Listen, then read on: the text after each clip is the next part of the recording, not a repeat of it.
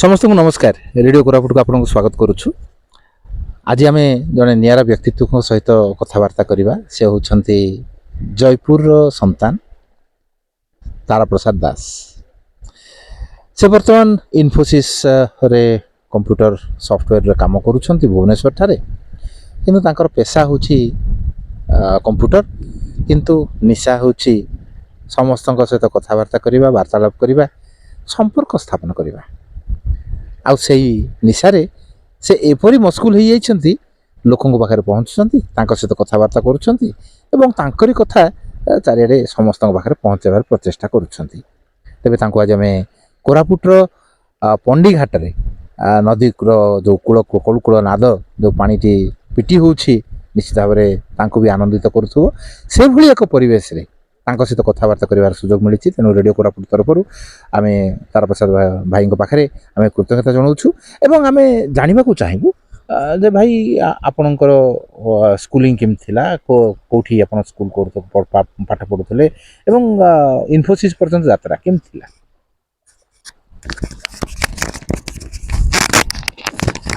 नमस्कार, मो ना तारा प्रसाद दास, आम घर जयपुर।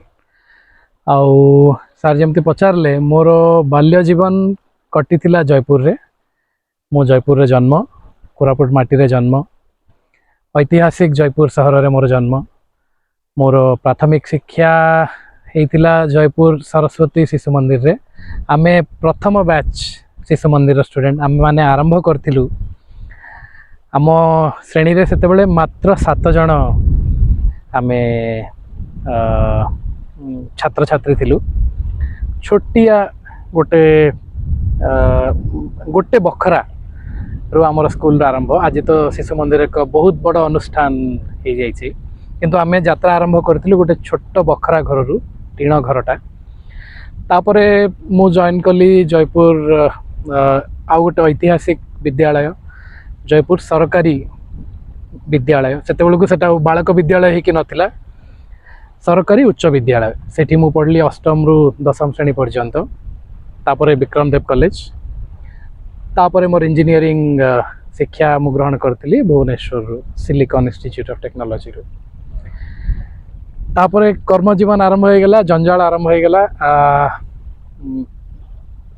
जते बेले आमे कॉलेज रु ग्रेजुएट कलु, मु जॉइन करथिली सेते बेले गोटे सत्यम बोली गोटे कंपनी थिला, जा परवर्ती समय रे टेक महिंद्रा रे कन्वर्ट होता, एक्वायर्ड होता बाय टेक महिंद्रा। सत्यम रु चाकरी जीवन आरंभ, कर्म जीवन सत्यम रे किछि वर्ष परे मु पुणी जॉइन कली टाटा कंसल्टेंसी सर्विसेज बा टीसीएस। तापरे वर्तमान मोर कर्म जीवन चलछि इन्फोसिस रे। मु सेठी काम करूछि सॉफ्टवेयर इंजीनियरिंग बा से प्रोफेशन बोली आपण कहि पारंती।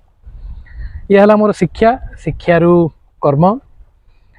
तापर आपण हठात गोटे फेसबुक रे गोटे आरंभ करछंती अंतरंग मुहूर्त बोली, लोक मान सहित कथबार्ता करुछंती, किछि व्यक्ति विशेष सहित वार्तालाप करुछंती। ए निशा के बोलते ए निशा मोर जदि कहिबे हुए तो बहुत दिन रु थिला, किंतु याकू मु गोटे गोटे गोटे रूप दे पार नथली। चिंताटा थिला, विजनटा थिला, किंतु सेटा गोटे प्रकार मैनिफेस्टेशन तार हे पार नथला। तो मु इंजीनियरिंग कला बेले जयपुर रु गोटे छोट खबर कागज टे बाहर करिया पई चेष्टा कली, किंतु विभिन्न कारण सेटा हे पारला नहीं। परवर्ती समय रे हठात एमती दिने मन को आसिला जे याकू ए जो टेक्नोलॉजी आम सामने रे अछि, इंटरनेट को व्यवहार करिकी जो इन्फॉर्मेशन जो जिनस मु खबर कागज रे करिया पई चाहिथिली, हुए तो एई टेक्नोलॉजी एबे से प्लेटफॉर्म जोगे देला से विजन को गोटे रूप देबा पई। से जो लोकंक सहित कथा हबार, लोकंक ठु किछि सुनिबार इच्छाटा थिला, से इच्छाटा को मूल इच्छा थिला लोकंक ठु किछि सुनी की किसी जानी कि ताको अन्य मानक पाखरे पहुंचेबार। तो इंटरनेट से हुए तो से टूल कहि परिबा, से प्लेटफॉर्म कहि परिबा, सेटा जोगे देला जोटा मु इंजीनियरिंग समय पाई पार नथले। जो कारण हुए तो मोर खबर कागजटा ଚାଲି ପାରିନଥିଲା ବା ମୁଁ ଚଲେଇ ପାରିନଥିଲି। ଦେଖନ୍ତୁ ୟାର ଯେଉଁ ମୂଳ ଜିନିଷଟା ଯଦି ମୁଁ କହିବା ପାଇଁ ଚାହିଁବି, ଆମ ସମାଜରେ ଏମିତି ଅନେକ ଲୋକ ଅଛନ୍ତି, ଏମିତି ବହୁତ ଲୋକ ଅଛନ୍ତି ବ୍ୟକ୍ତିବିଶେଷ ଯେଉଁମାନେ ତାଙ୍କ ଜୀବନରେ ବହୁତ କିଛି ଦେଖିଛନ୍ତି, ବହୁତ କିଛି ପଢ଼ିଛନ୍ତି, ବହୁତ କିଛି ଶୁଣିଛନ୍ତି। କାହାଠୁ ଶୁଣିଛନ୍ତି? ତାଙ୍କ ବାପାଙ୍କଠୁ ଶୁଣିଛନ୍ତି, ତାଙ୍କ ବନ୍ଧୁଙ୍କଠୁ ଶୁଣିଛନ୍ତି, ତାଙ୍କ ଶିକ୍ଷକଙ୍କଠୁ ଶୁଣିଛନ୍ତି, ବହୁତ ବହି ପଢ଼ିଛନ୍ତି, ବହୁତ ଜାଗା ବୁଲିଛନ୍ତି। ସେଇ ସବୁ ଅନୁଭୂତି ହେଇକି ତାଙ୍କ ଭିତରେ ରହିଛି। ସେଇ ସବୁର ଯେଉଁ ନିର୍ଯାସ, ସେଇ ସବୁର ଯେଉଁ କୋର୍ ଜିନିଷଟା, ଯେଉଁ ମୂଳ ଜିନିଷଟା, ସେଇଟା ହେଇଯାଇଛି ତାଙ୍କ ଭିତର ଗୋଟେ ଗୋଟେ ଅନୁଭୂତି। ମୋର ଇଚ୍ଛା ଥିଲା ସେଇ ଅନୁଭୂତିକୁ, ସେଇ ଅଭୁଲା ଅନୁଭୂତିକୁ ଗୋଟେ ବୃହତ୍ତର ସମାଜ ପାଖରେ ପହଞ୍ଚେଇବାର ଗୋଟେ ମାଧ୍ୟମ ଯେଉଁଟା ମୁଁ ଖୋଜୁଥିଲି, ଇଣ୍ଟରନେଟ୍, ଫେସବୁକ୍, ୟୁଟ୍ୟୁବ୍ ଏଇସବୁ ସେଇ ପ୍ଲାଟଫର୍ମ ବନିଗଲେ, ସେଇ ମାଧ୍ୟମ ବନିଗଲେ ଯେଉଁ ମାଧ୍ୟମରେ ସେଇ ଅଭୁଲା ଅନୁଭୂତି ଆମେ ଗୋଟେ ବୃହତ୍ତର ସମାଜ ପାଖରେ ପହଞ୍ଚେଇ ପାରିବା। ଆଉ ଏଇ ଅନ୍ତରଙ୍ଗ ଆଳାପରେ ମୁଁ ଯାହା ବି କରୁଛି, ମୋର ସେଇ ମୂଳ ଇଚ୍ଛା ଲୋକଙ୍କର। କାହାଠୁ ଆରମ୍ଭ କରିଥିଲେ, କାହାର ବର୍ତ୍ତମାନ ପର୍ଯ୍ୟନ୍ତ ନେଇପାରିଛନ୍ତି? ଜୟପୁରର ଜଣେ ବହୁତ ବରେଣ୍ୟ ବ୍ୟକ୍ତିବିଶେଷ ଥିଲେ। ସେ ଆକାଶବାଣୀ ଜୟପୁରର ଜଣେ ଆନାଉନ୍ସର ଭାବରେ କାମ କରୁଥିଲେ।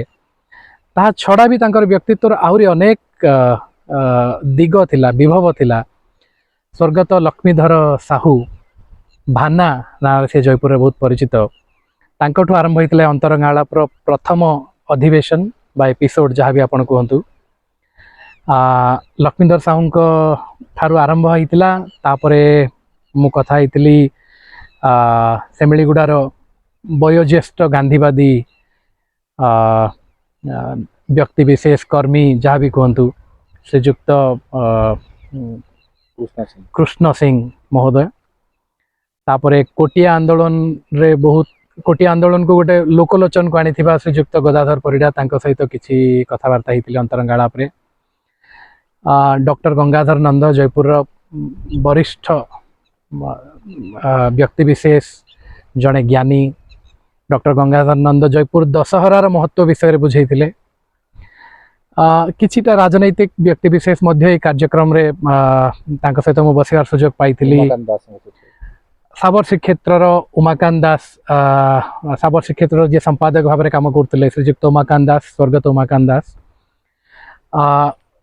ଉତ୍ତର ଓଡ଼ିଶାର ଜଣେ ରାଜନେତା କିନ୍ତୁ ଜଣେ ଭଲ ଜ୍ଞାନୀ ଗୁଣୀ ବ୍ୟକ୍ତି, ଐର ଖାରବେଳ ସ୍ୱାଇଁ, ଯିଏ ବାଲେଶ୍ୱରର ପୂର୍ବତନ ସାଂସଦ ଥିଲେ, ତାଙ୍କ ସହିତ କଥା ହେଇପାରିଥିଲି।